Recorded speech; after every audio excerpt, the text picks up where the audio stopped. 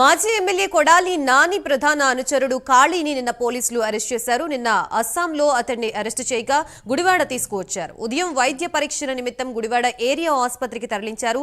వైద్య పరీక్షల అనంతరం గుడివాడ మెజిస్ట్రేట్ కాళీని పోలీసులు హాజరుపరిచారు.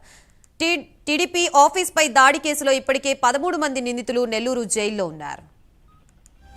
ప్రస్తుతం ఇదే అంశానికి సంబంధించి మనకి పూర్తి సమాచారం అందించడానికి మా ప్రతినిధి శ్రీనివాస్ సిద్ధంగా ఉన్నారు. శ్రీనివాస్.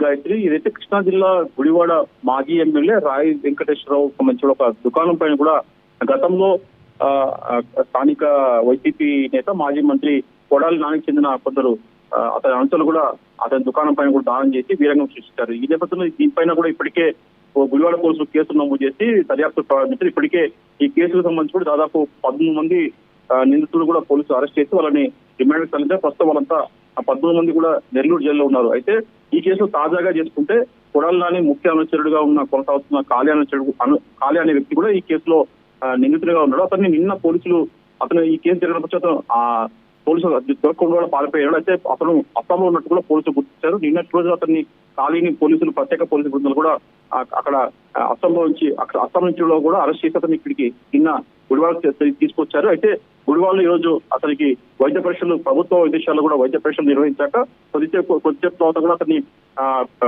న్యాయమూర్తి ముందు కూడా హాజరుపరిచే అవకాశం ఉంటుంది. దాని తర్వాత కూడా అతన్ని న్యాయమూర్తి ఆదేశాల మేరకు అతని రిమాండ్ కూడా తరలించే అవకాశం ఉంటుంది. మొత్తం చూసుకుంటే మనకు ఈ కేసులో అప్పుడు సంచలనం సృష్టించింది మాజీ ఎమ్మెల్యే రాయి వెంకటేశ్వరరావు. ఏదైతే అతని ఫిర్యాదు మీద కూడా ఇప్పటికే పోలీసులు కేసులు నమోదు చేశారు. దీంతో మొత్తంగా చూసుకుంటే 14 మంది దాకా ఇప్పటికీ ఈ కేసులో కూడా నిందితులు అరెస్ట్ చేసినారు గుడివాడ పోలీసులు. Right, thank you Srinivas.